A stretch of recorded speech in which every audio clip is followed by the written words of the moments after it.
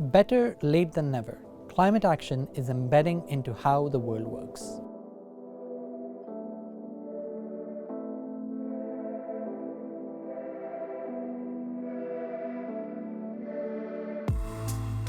For the longest time, talk about climate change was left to scientists and environmental groups. They had meetings, published reports, and protested, all to say that those in power weren't doing enough. Finally, things are changing.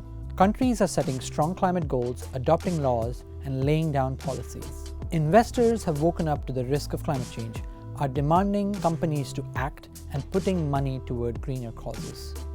And people are connecting the dots between extreme weather events and climate change. The world is still not moving fast enough to meet the challenge, but it started to go in the right direction.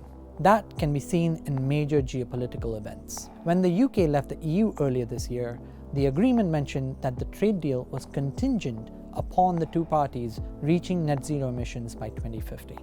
Both the UK and the EU have passed binding climate legislation toward that goal.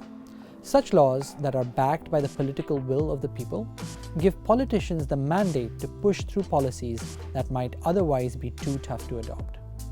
Earlier this year, the EU began the process of introducing carbon border taxes. That would mean countries sending carbon-intensive goods like cement or steel will have to pay the same carbon price as domestic European factories.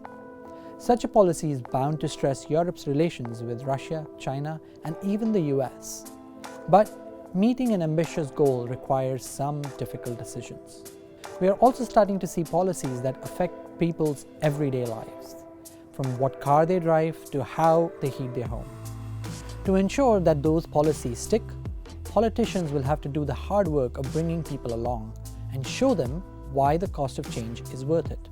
Without it, there will not be enough public engagement to do the hard things that the world needs to fight climate change. This is Net Zero. I'm Akshat Rathi. For more like this, please follow us on your favorite platforms.